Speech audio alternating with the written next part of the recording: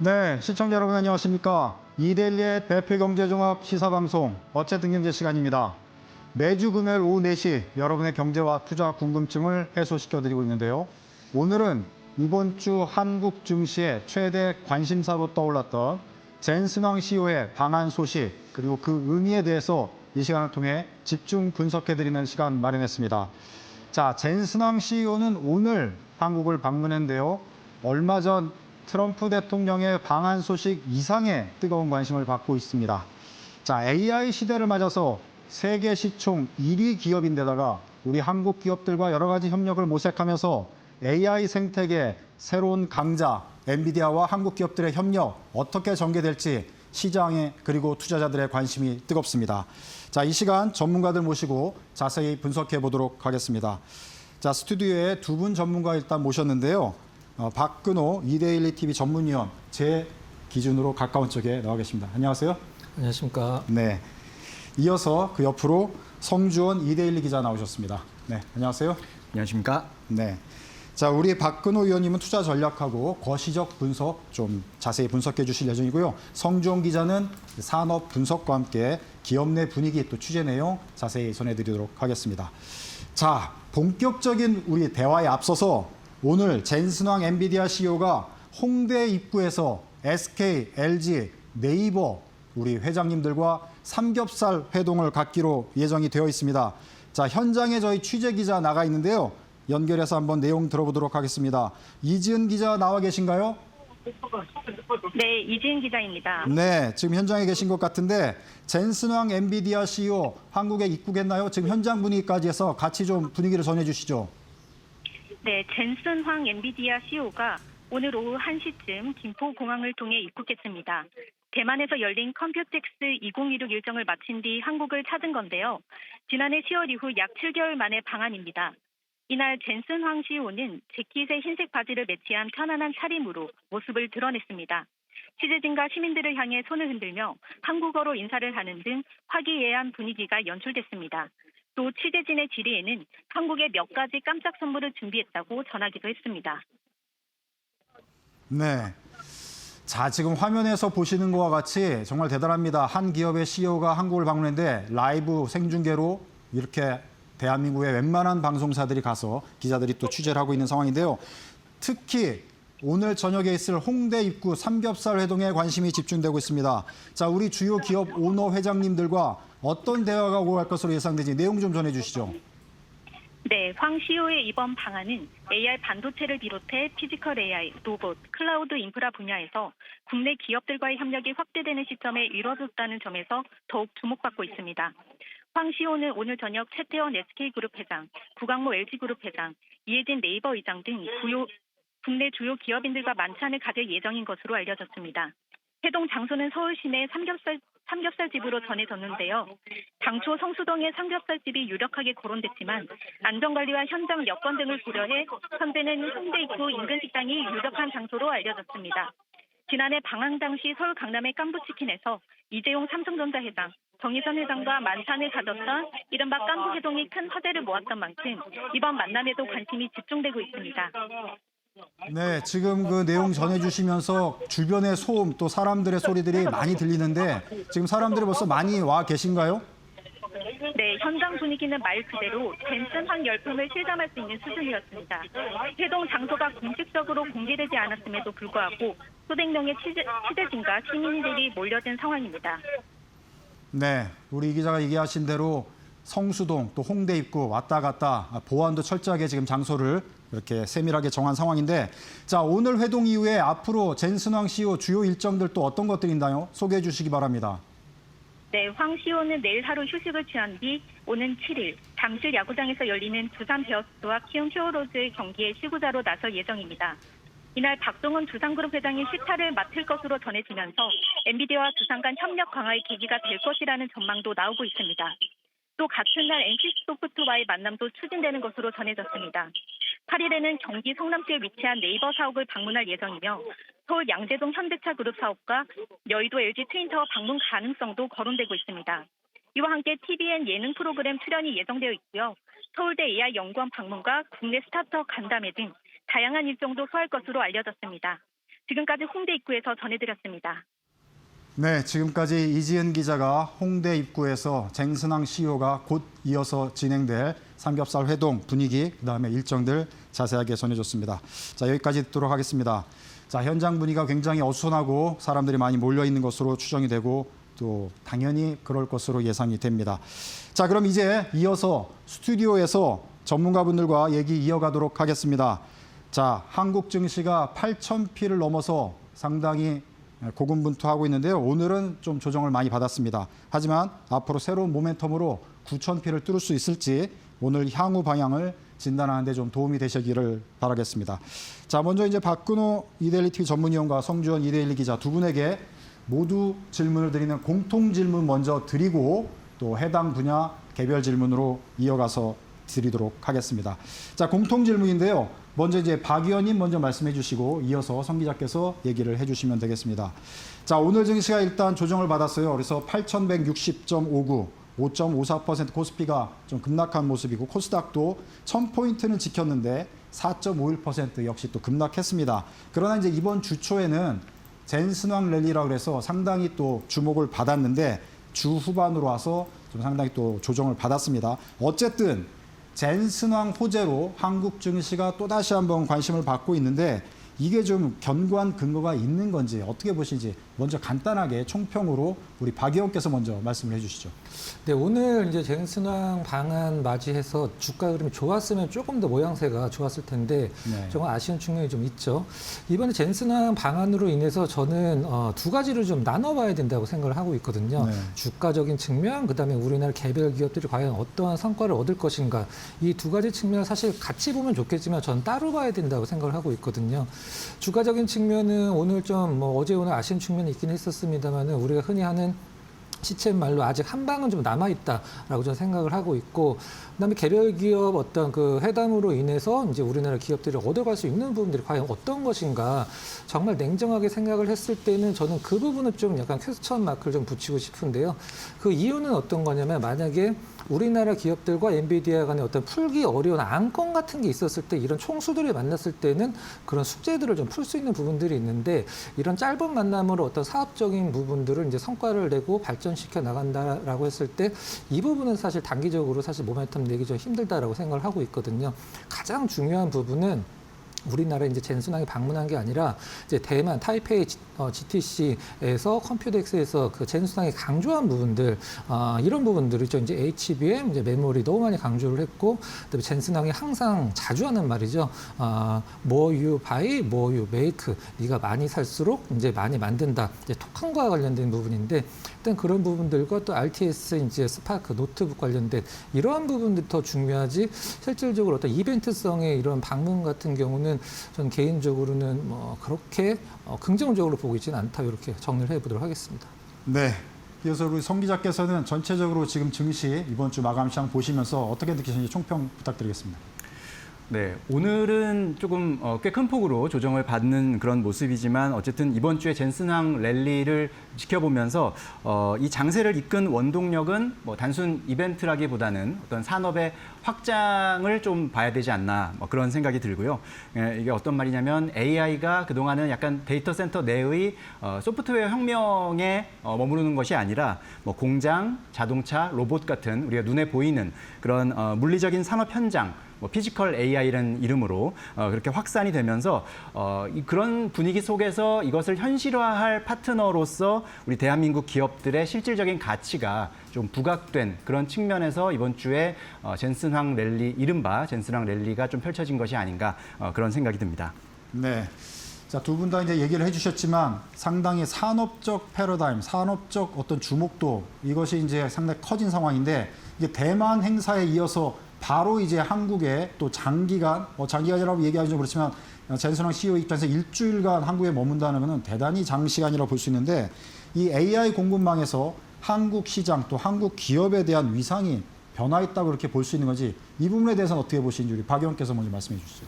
네, 이번에 이제 젠순왕이 우리나라 방문하면서 이제 뉴스 플로우에 가장 많이 등장한 단어가 사실 이거라고 생각을 하고 있거든요. 어떤 거냐면 이제 협력입니다. 실질적으로 이제 저는 개인적으로는 투자라는 단어가 좀 많이 나왔으면 했는데 이제 협력이라는 단어가 가장 많이 나왔죠. 협력과 투자는 사실 엄밀히 얘기해서 완전히 다른 성격을 갖고 있는 단어로 볼 수 있는데 이번에 이제 젠슨왕한테 기자가 질문을 했을 때 한국에 투자를 생각을 하고 있냐라고 했을 때 젠슨왕 이제 CEO가 투자는 항상 검토를 하고 있다라고 얘기를 했죠. 실질적으로 뭐 어디에 어떤 부분이라고 이제 좀 구체적으로 디테일하게 얘기를 하진 않았습니다만은 일단 이번 회동이 1차 회동과 좀 약간 다른 점은 1차에 우리가 이제 깐부 회동이라는 단어를 만들었을 때 그 회동은 실질적으로 삼성전자가 이제 엔비디아의 HBM3E를 막 공급을 시작하느냐 마느냐 했을 때 어떤 퀄 테스트 통과와 관련된 부분들이 좀 있었고 그다음에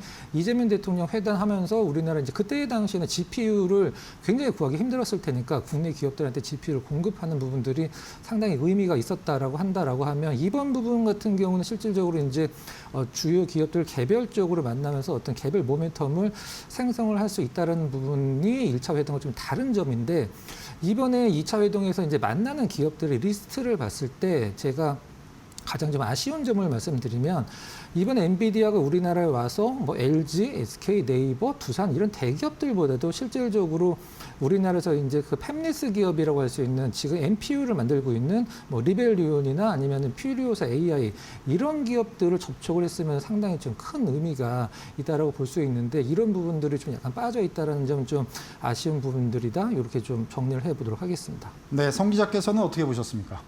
네, 일단 오늘 젠슨 황이 한국에 도착해서 여러 이제 한국 기자들의 질문을 받았는데 그 중에 한국 방문을 이제 한국 방문의 목적을 묻는 질문에서 뭐 주된 목적은 공급망 조율이다라고 말했고요. 뭐 엄청난 양의 HBM 메모리 또 AI 칩을 생산해야 하기 때문이다. 뭐 이렇게 설명을 했는데요. 그건 일단은 1차적인 그런 방문 목적을 설명한 것 같고 거기에 넘어서 이 젠슨 황이 대만 컴퓨텍스 일정 직후에 곧바로 이렇게 한국을 찾은 것을 보면 우리나라의 위상이 단순히 뭐 부품, 그러니까 메모리 공급자를 넘어서 이제는 종합 AI 파트너로서 완전히 격상되었음을 좀 시사하는 것은 아닌가 이렇게 해석할 수도 있겠습니다. 아까 위원님께서 뭐 협력이라는 단어를 또 이제 표현해 주셨는데 관련해서 뭐 같은 맥락으로 이제 파트너로서의 대한민국의 어떤 위상, 한국 기업들의 위상을 좀 상상해 볼 수 있는 그런 상황이고요. 과거에는 이런 고대역폭 메모리, HBM의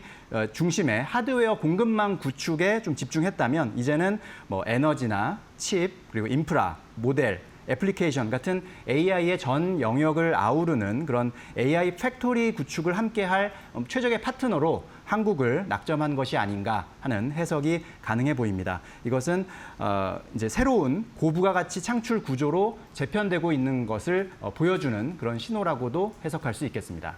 네, 전체적으로 이제 두 분께서 말씀을 해주셨는데 한국에 오기 전에 대만에서 또 젠슨왕 CEO는 기자들이 질문했을 때 로보틱스 이 단어를 강조하면서 한국과의 협력을 구상 중인 것을 밝혔는데 자 이렇게 되면 엔비디아의 AI 두뇌와 함께 한국의 하드웨어 또 로봇 이게 결합이 돼서 상당한 AI 로봇 산업의 강자로 또 한국 기업들이 우뚝 서전할까 이런 기대감을 모으고 있는데요.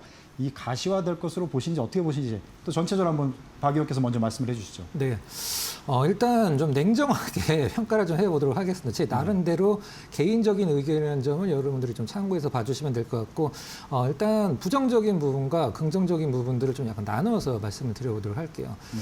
일단 부정적인 부분이라기보다는 조금 시간은 걸릴 것 같은 느낌을 이해를 하시면 될 것 같은데 이번에 엔비디아가 실질적으로 이 휴머노이드 로봇과 관련돼서 손을 잡은 것은 중국의 이제 유니트리죠. 중국의 유니트리랑 손을 잡았고 그 안에서 이제 손을 담당하는 부분은 싱가포르의 이제 샤르파랑 같이 휴머노이드 로봇과 관련돼서 개발을 하기로 이제 되어 있는 상황인데 과연 우리나라의 어떤 뭐 두산이나 뭐 다른 여러 가지 LG전자도 될 수 있고 로봇 기업들과 엔비디아가 협력을 했을 때 여러분들이 한번 생각을 해보시면 과연 어떤 부분을 협력을 할 수 있을까요?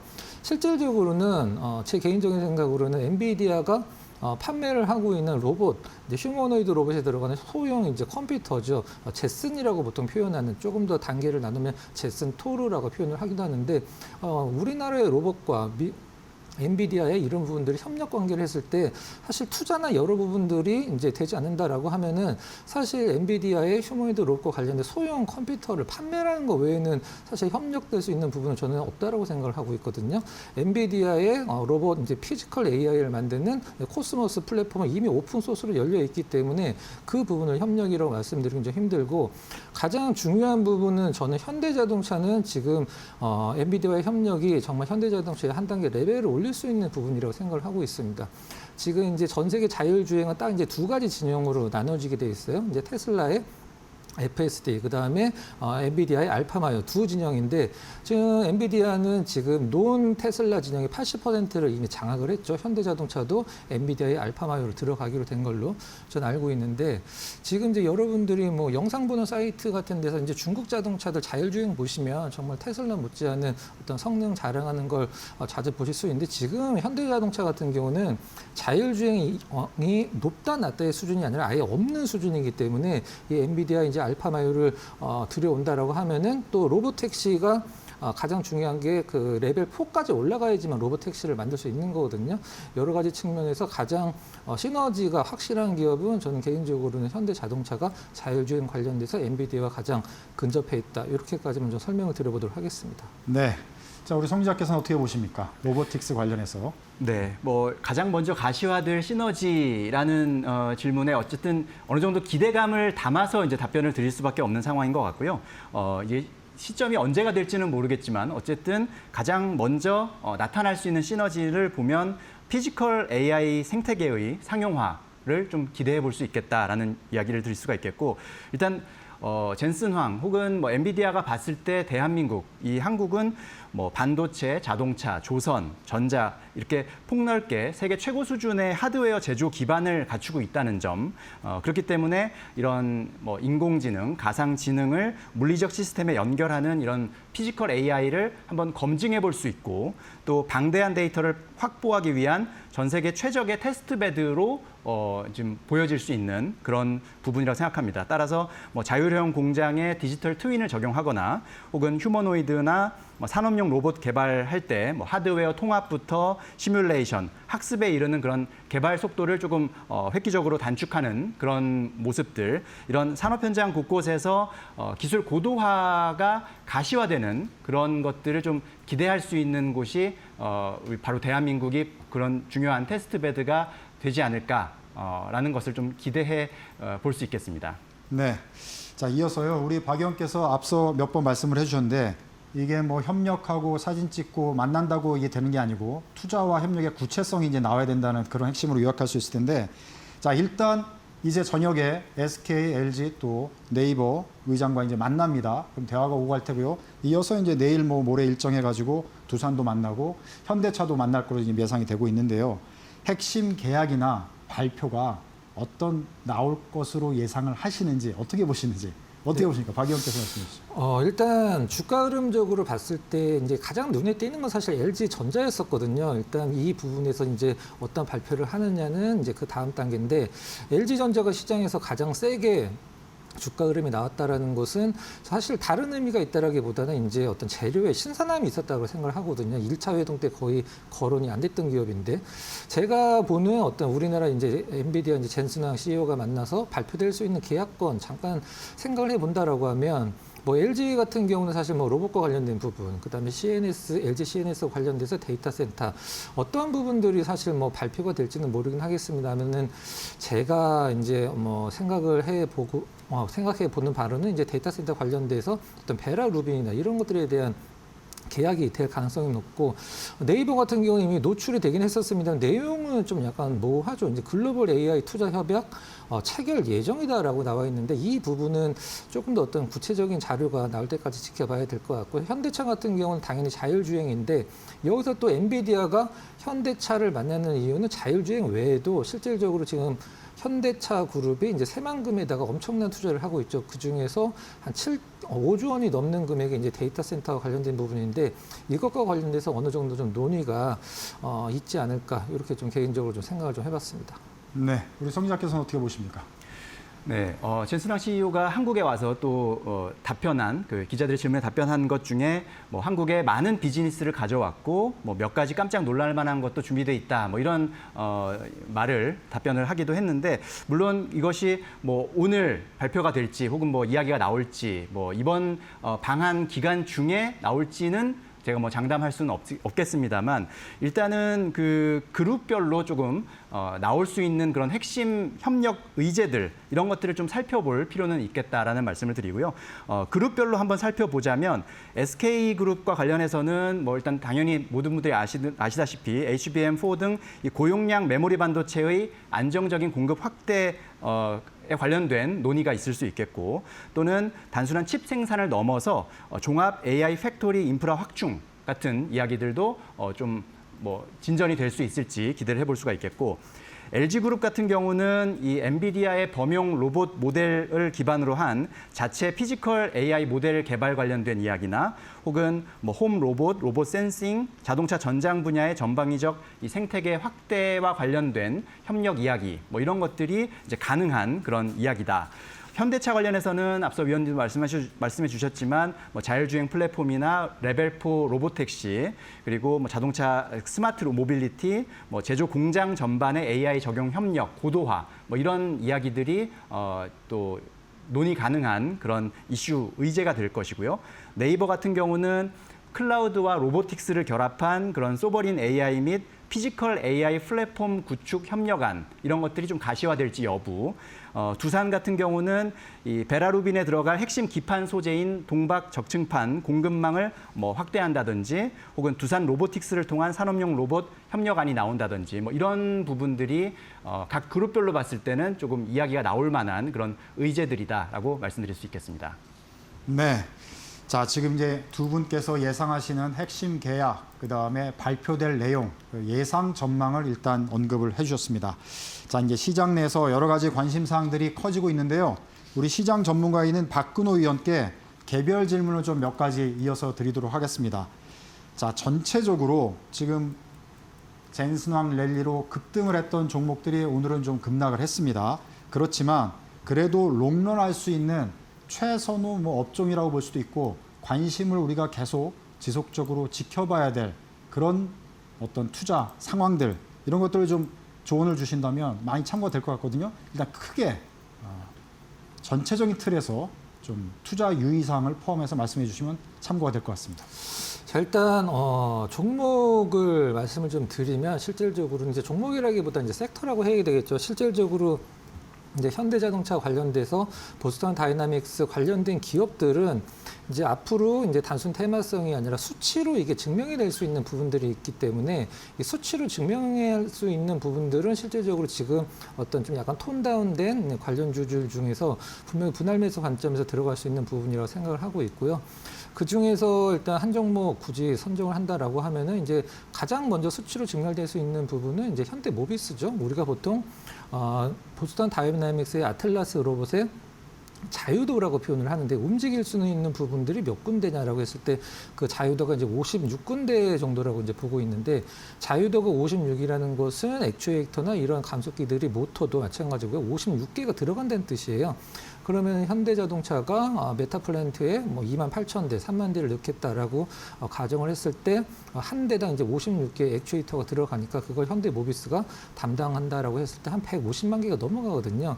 시장은 이거를 이제 어떤 매출과 관련된 수치로 적용했을 때 연 3조 원 정도 내외라고 이제 보고 있는데 사실 모비스 같은 경우는 연 매출이 뭐 60조 원이 넘게 나오는 기업이기 때문에 거기서 플러스 알파로 3조 원이 들어간다라고 해서 사실 실적의 어떤 퀀텀 점프나 이런 부분들은 나올 수 없겠지만 가장 중요한 부분들은 이제 어떤 자동차의 부품과 관련된 기업에서 이제 로보틱스가 묻기 시작하면은 시장에서 상당한 고 멀티플을 부여를 하기 때문에 이러한 부분들이 이제 현대모비스를 시장에서 좋게 보는 이유고요.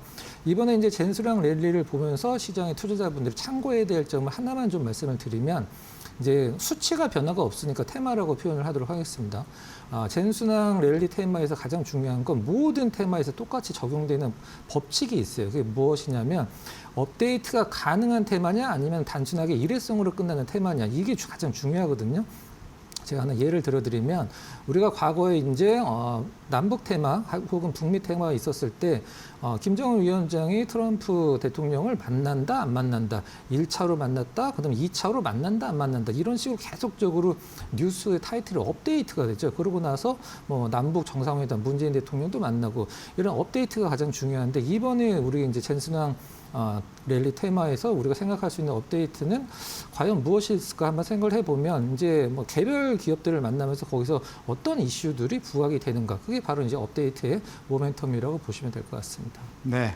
업데이트 상황을 지속적으로 추적해서 살펴볼 필요가 있다. 이걸 좀 유념해 주시면 좋을 것 같고요. 자, 그럼 이제 개별 기업으로 들어가서 좀 여쭤보고 싶은데요. 현대차 같은 경우는 뭐 이번 랠리 이전부터 사실은 주목을 받고 있던 종목인데 자, 모빌리티 로봇 플랫폼 기업으로 그냥 단순하게 완성차 업종에서 완전히 한 단계 도약하는 또 한 번의 계기가 될 걸로 보시는지 또 이번 만남 이후에 어떤 것들을 우리가 유념해서 계속 봐야 될지 한번 또 현대차 그룹을 좀 주목해서 설명을 한번 해주시죠. 네.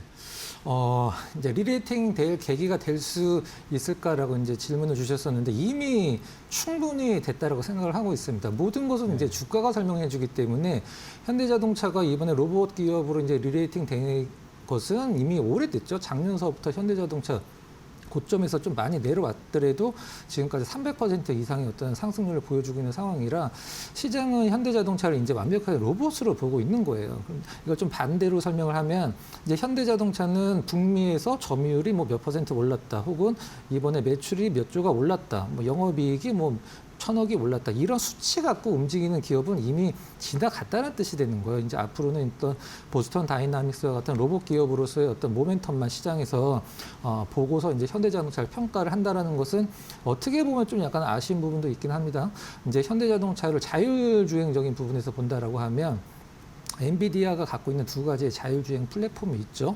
이제 소프트웨어적인 부분에 이제 알파 마요, 그다음에 하드웨어적인 부분에서 하이페리온 두 개가 있는데 지금 현대자동차는 그동안에 이제 42-이라는 이제 자율주행에 너무 많은 돈을 좀 투자를 했는데도 불구하고 성과가 거의 안 나오다 보니까 엔비디아는 이제 이런 식으로 전략을 짜는 거죠.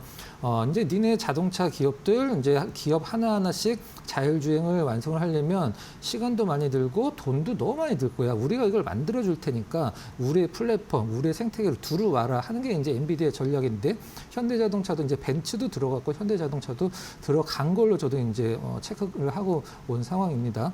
정리를 한다라고 하면 현대자동차는 이제 기존의 전통적인 내연기관 혹은 뭐 전기차에서 이제 자율주행 쪽으로 한 단계 업그레이드, 그 다음에 피지컬 AI로까지 이제 시장에서 인정을 받고 있는 단계에서 저는 이 피지컬 AI 부분에서 현대자동차가 뭐 공장에서 일을 해서 인건비를 줄이고 이런 것도 좋긴 합니다만은 이 방산 쪽으로의 어떤 성장을 시장에서는 조금 몇 년 뒤에는 조금 더 포커스를 맞추지 않을까 이렇게 개인적으로 한번 좀 생각을 해봤습니다. 네, 현대차는 이제 작년부터 주목을 받고 지금 계속 진행되고 있다 이렇게 말씀해 주셨는데 자, 두산 같은 경우도 뭐 알고는 있었지만 특히 이번 랠리에서 주목을 상당히 많이 받았고 급등했다 또 급락한 뭐 대표적인 종목이라고 볼 수 있는데요. 두산 로보틱스 같은 경우는 뭐 이번에 이제 두산 그 오너를 만나는 거는 또 야구장에서 또 이렇게 접촉이 있을 것 같은데 좀 이례적인 것으로 보이기도 하고요. 전체적으로 어떻게 보십니까? 두산이 실질적으로는 좀 이 휴머노이드 쪽에 빨리 좀 뛰어들었으면 하는 좀 아쉬움이 있는데 일단은 늦게나마 이제 휴머노이드에 이제 참전을 하기로 했죠. 두산이나 레인보우 로보틱스가 무엇을 하는 로봇인지를 이제 여러분들이 체크를 꼭 하셔야 되는데 당연히 알고 계시겠습니다만 협동 로봇을 만드는 기업이죠. 이렇게 팔만 달려 있는 몸통은 없고, 근데 이 협동 로봇의 가장 큰 단점이라고 해야 되겠죠.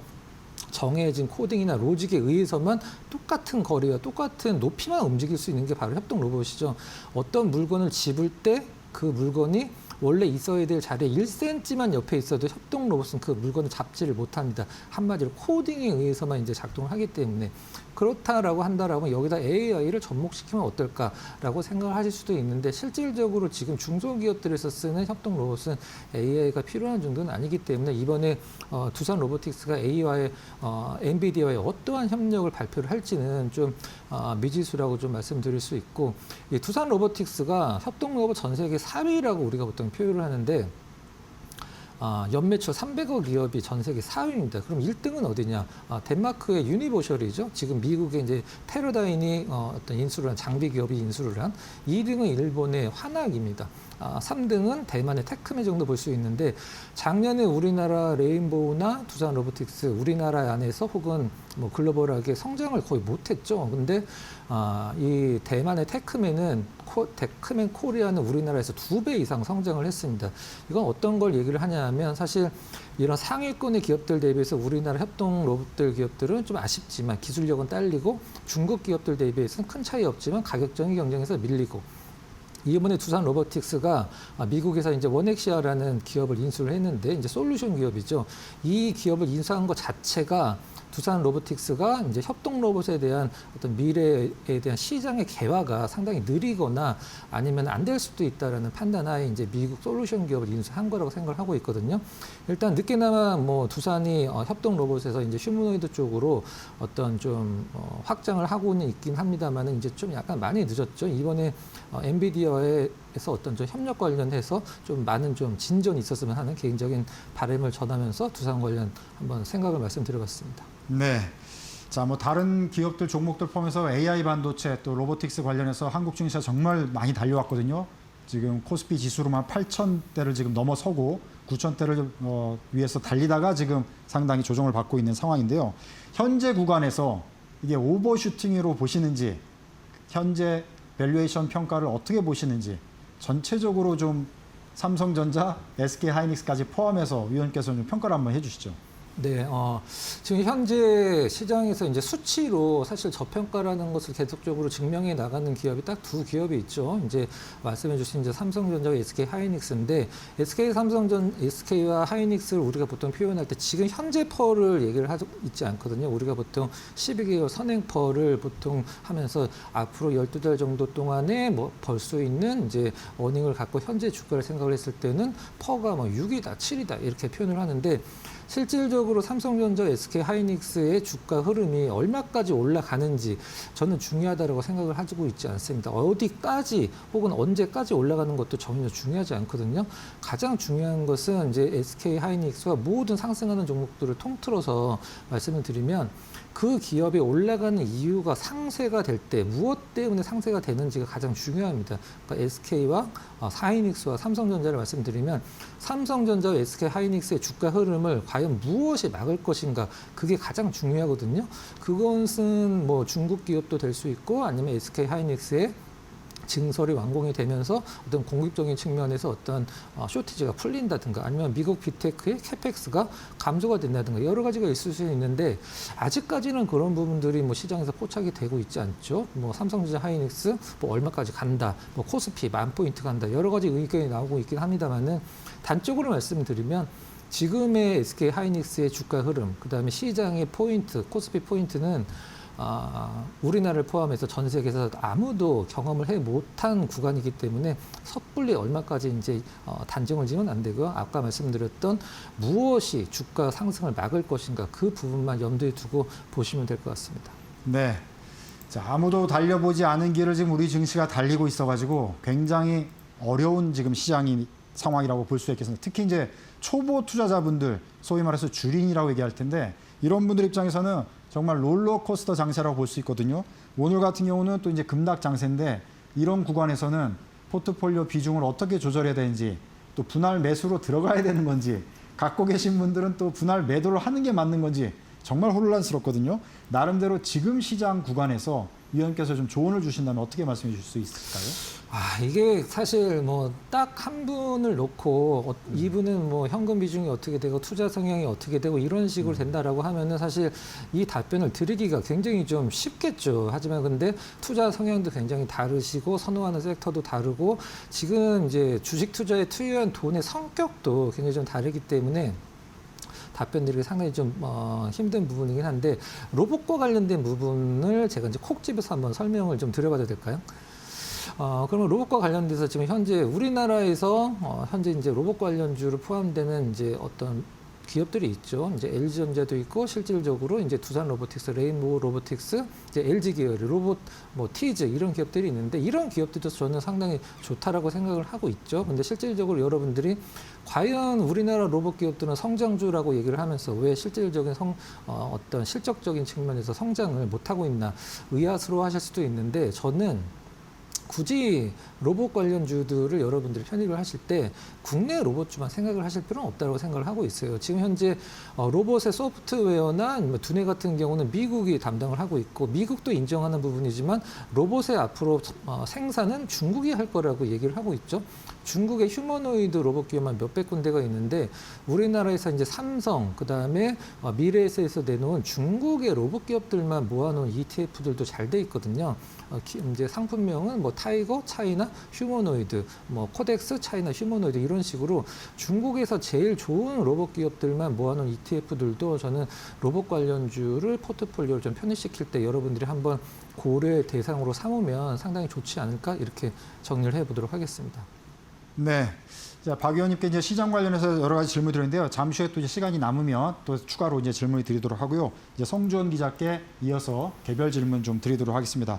앞서 이제 언급이 좀 덜 된 기업들 중심으로 이제 질문 좀 드릴 텐데요. 자, LG전자 이번 랠리에서 좀 주목을 받고 있습니다. 올랐다 떨어지긴 했지만 가정용 서비스 로봇, 그 다음에 이제 스마트 팩토리 관련해서도 이제 LG전자 또 보시는 분도 많이 있는데 구광무 회장이 이번에 젠슨왕에게 어떤 카드를 제시할까요?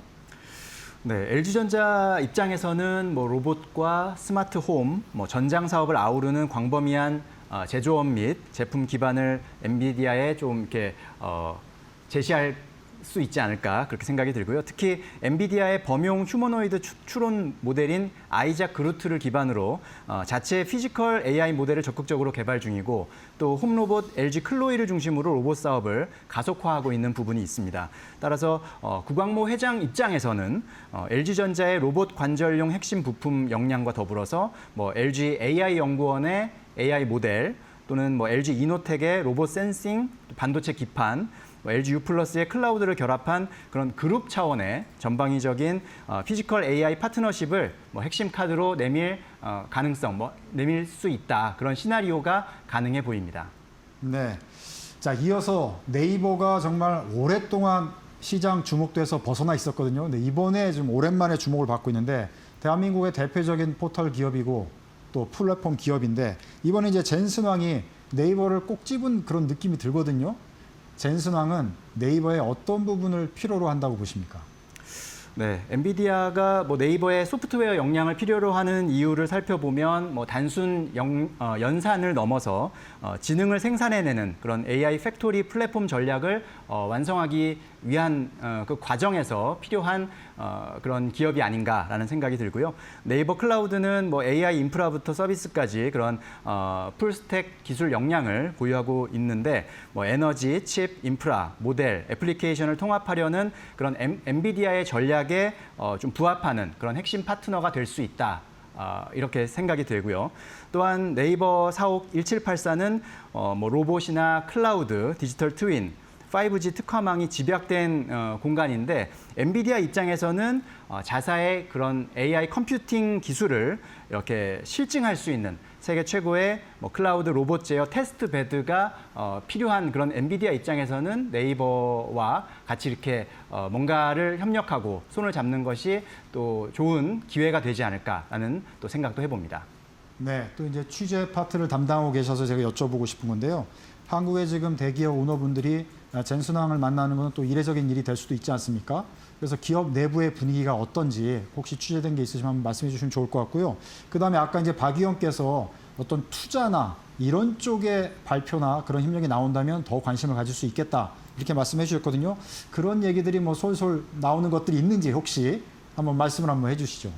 네, 뭐 여러 가지 이야기들이 나오고 뭐 여러 가지 추론이 가능한 그런 상황이라고 볼 수가 있겠는데 뭐 한국 대기업들은 이 엔비디아와의 협력을 통해서 막대한 그런 브랜딩 시너지 효과를 좀 창출하기 위해서 이 대기업 총수들이 조연 역할을 자처하면서까지 좀 적극적이고 우호적으로 이렇게 공동 브랜드를 구축하려는 그런 분위기, 그런 모양새가 나타나고 있다라고 말씀드릴 수가 있겠고, 오늘 홍대에서 저녁에 뭐 삼겹살 소주 회동 뭐 이런 격식 없는 자리를 마련한 것도 뭐 당장에 그 자리에서 뭐 세부적인 계약이 나온다기보다는 향후에 어떤 굵직한 협상을 수월하게 좀 풀어나가기 위한 강한 파트너십, 그런 관계, 연대감을 가지려는 협상 전략 중에 하나다라고 또 풀이도 가능하고요.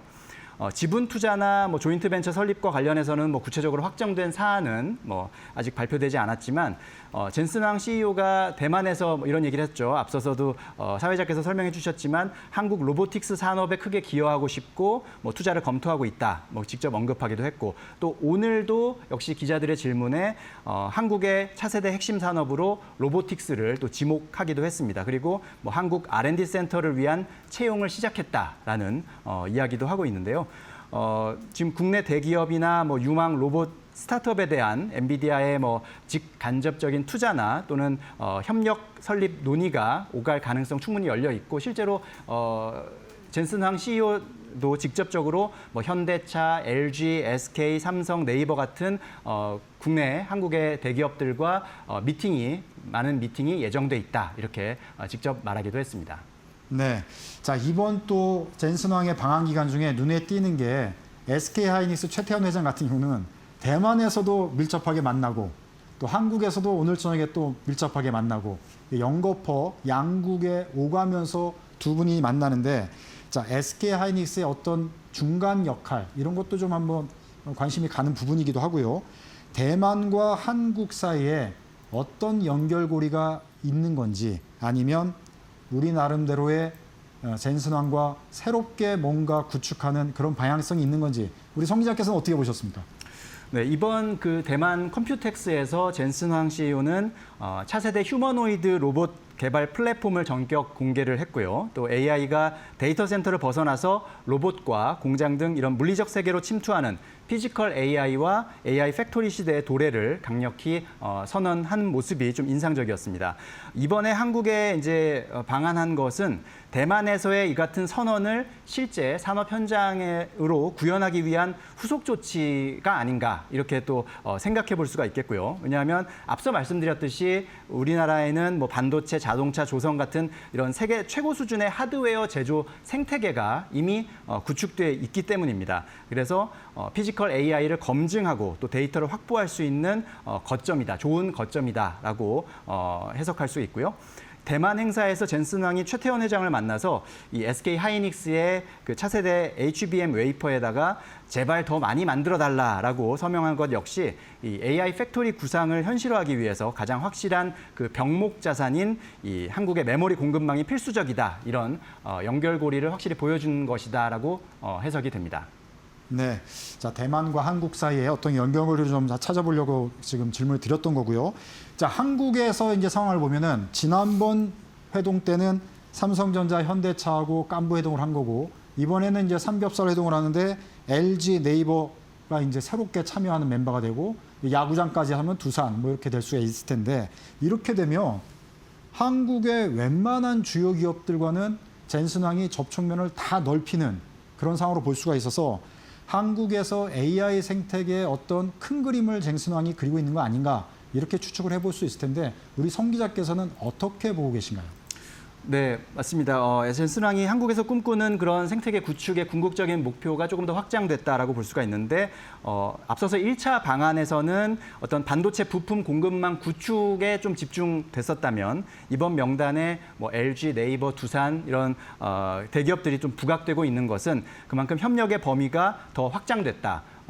피지컬 AI와 또 소프트웨어 플랫폼 이런 것들이 더 포함되고 있다, 이렇게 이제 해석할 수가 있겠고, 종합 AI 팩토리 파트너로서의 한국을 생각한 것이 아닌가, 이렇게 해석이 되고요.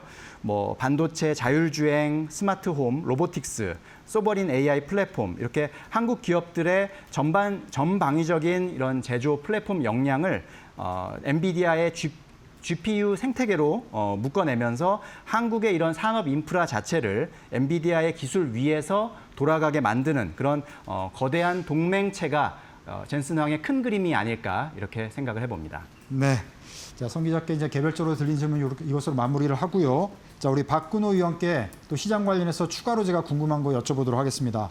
지금 뭐 우리 증시가 주도주 중심으로 상당히 편중돼 있다 볼 수 있는데요. 물론 어느 시장이든지 주도주가 있기는 뭐 당연한 거고 또 그렇게 편중이 될 수밖에 없는 그런 지금 산업 현황인데 그래도 우리가 잘 모르는 소외주들을 찾아서 또 선별적으로 우리가 미리 투자를 한다면 상당히 도움이 될 수 있을 것 같아서 숨은 소외 업종들은 어떤 것들을 우리가 좀 주목을 하면 좋을지 또 조언을 한번 주시죠. 네. 숨은 수혜주를 찾기 전에 먼저 제 의견을 좀 말씀드리고 네. 이제 수혜주를 말씀드리면 우리가 보통 시장에서 이제 어떤 이제 유명한 기업이 하나 나오게 되면은 그거 관련해서 이런 멘트들이 좀 많이 나오죠. 테슬라 관련주를 찾아라. 아니면 뭐 비트코인 관련주를 찾아라. 네. 제2의 SK 하이닉스는 어느 종목이 될 것인가 이런 식으로 이제 많이 보도가 되고 실질적으로 이제 그런 노력들을 찾기 위해서 많이 하시는데 그냥 테슬라를 사면 되고 비트코인을 사면 되는 게 사실 가장 현명한 답이거든요. 근데 시장에서는 항상 이제 너무 많이 올라간 주식 대비해서 이제 따라갈 종목들을 찾으니까 그런 부분들과 관련돼서 좀 말씀을 드리면 일단 이번에 엔비디아에서 이제 베라 루빈이 이제 발표가 됐을 때 이제 베라는 CPU고 루빈은 이제 GPU죠. 한마디로 이제 그 엔비디아 같은 경우는 CPU, GPU, 메모리까지 이제 우리가 다 쉬운 말로 이제 해먹겠다라는 표현인데, 그럼 메모리는 엔비디아가 어떻게 이거를 이제 수익화를 시킬 수 있냐면, 기존의 이제 메모리 같은 경우는 기판 위에 이제 실장이 돼 있다라고 하면 이제 쉽게 말씀드리면 납땜이 되죠. 이제 뗐다 붙였다 할 수가 없죠. 근데 이번에 베라 루빈 같은 경우는 이제 소캠2가 적용이 되면서 메모리가 이제 그 모듈화돼 있어서 탈부착이 가능한 어떤 제품으로 이제 출시가 되죠. 실질적으로 베라 루빈을 뭐 A라는 기업이 이제 어떤 요구를 했을 때 우리는 이거를 뭐 몇 기가만 좀 붙여주세요. 메모리를. 아니면 우리는 뭐 몇십 기가 붙여주세요 할 때 이제 엔비디아가 그거를 모듈화 시킨 소캠2를 갖고 그걸 이제 앞으로 메모리에서도 장사를 하겠다는 뜻으로 이제 생각을 하시면 될 것 같은데, 우리나라에서 이 소캠2 기판을 담당을 하고 있는, 그러니까 삼성전자, SK, 하이닉스, 마이크론 세 개의 어떤 그 메모리 기업들의 소캠2 기판을 모두 담당하는 기업이 하나가 있죠. 이제 심텍인데요. 물론 현재 심텍의 시가총액을 심텍의 이제 실적이 어떤 증명을 할 수는 없는 부분까지 시가총액이 많이 높아지긴 했었습니다만은 베라 루빈 이제 시장에서 뭐 판매량이 어느 정도 나온다, 이런 부분들이 이제 언론에 노출이 됐을 때 가장 좀 시장에서 포커스가 맞춰질 수 있는 기업은 기판 관련돼서 심텍이다, 이렇게 한번 좀 정리를 해보도록 하겠습니다. 네. 자, 수급 관련해서 우리가 잠깐 참고할 만한 거 한 20초 짧게 말씀해 주실 수 있을까요? 지금 현재 수급과 관련돼서 이제 외국인이 너무 팔고 있다라는 이제 이런 이제 재료 뉴스들이 눈만 뜨면 이제 시장에서 생성이 되고 있는 상황인데, 실질적으로 외국인들의 시장 영향력은 2010년도 후반 이후로 굉장히 줄어들어 있는 상황이에요. 정리를 해서 말씀드리면 시장은 누가 사느냐가 중요한 게 아니라 사는 사람이 많으냐, 파는 사람이 많으냐가 이제 가격을 결정하거든요. 지금은 엄격하게 말해서 개인들이 외국인들의 수급을 압도를 하고 있기 때문에 개인들 수급으로 들어온다라고 해서 불안해 하실 필요는 전혀 없다, 이렇게 말씀드려 보도록 하겠습니다. 네. 자, 또 이제 얘기 귀중한 의견들 듣다 보니까 시간이 벌써 훌쩍 지나가가지고 마무리할 시간이 되는데요. 자, 그럼 성 기자께서 마무리로 자, 투자자분들의 시청자분들께 참고가 될 만한 뭐 조언, 뭐 제언 말씀해 주시면 좋을 것 같습니다. 네, 젠슨 황의 방한 기대감이 전해지면서부터 관련 수혜주들이 급등하고 이렇게 또 극심한 변동성 장세가 좀 연출되는 그런 모습을 저희가 목격할 수 있었는데, 시장은 화려한 이벤트를 좋아하지만 진정한 구조적 상승 추세는 결국은 이 엔비디아라는 생태계 안에서 실제 반복적인 매출을 만들어낼 수 있는가, 이 여부가 가장 중요한 핵심 포인트라고 볼 수가 있겠습니다. 따라서 단순히 AI, 로봇 이런 단어만 보고 무분별하게 접근하는 것은 조금 주의해야 하셔야 될 것 같고요. 대신 AI 인프라가 이렇게 물리적인 산업 현장으로 확장될수록 가장 조금 먼저 더 필요해지고 더 대체 불가능해지는 핵심 자산, 이런 것들은 과연 무엇인지, 이런 것들을 잘 선별해서 굳건하게 좀 투자의 중심을 잡으시라는 말씀을 마지막으로 드리도록 하겠습니다. 우리 박 의원 딱 20초 말씀해 주실 수 있을까요? 네. 얼마 전 증권사에서 이제 나이대별 수익률이 발표가 됐을 때 70대 넘으신 분들이 가장 수익률이 높고 20대 분들의 수익률이 가장 낮다라는 이제 통계를 보고 상당히 좀 안타까웠는데요. 이제 제가 한마디만 드리고 말씀을 정리를 하도록 하겠습니다. 주식 투자는 시간을 돈과 바꾸는 게임이거든요. 너무 일단 단기 매매보다도 기업의 미래를 보고 어떤 중장기 투자도 이제 병행해 가신다라고 하면 좋은 투자 성과 있을 거라고 확신을 합니다. 네, 시간 관계상 여기까지 듣도록 하겠습니다. 자, 지금까지 박근호 이데일리 TV 전문위원, 성주원 이데일리 시장 전문 기자와 함께 젠스왕 랠리 그리고 향후 우리 한국과 협력할 미래 산업 전망까지 자세하게 진단해 드렸습니다. 오늘 나와주셔서 감사합니다. 고맙습니다.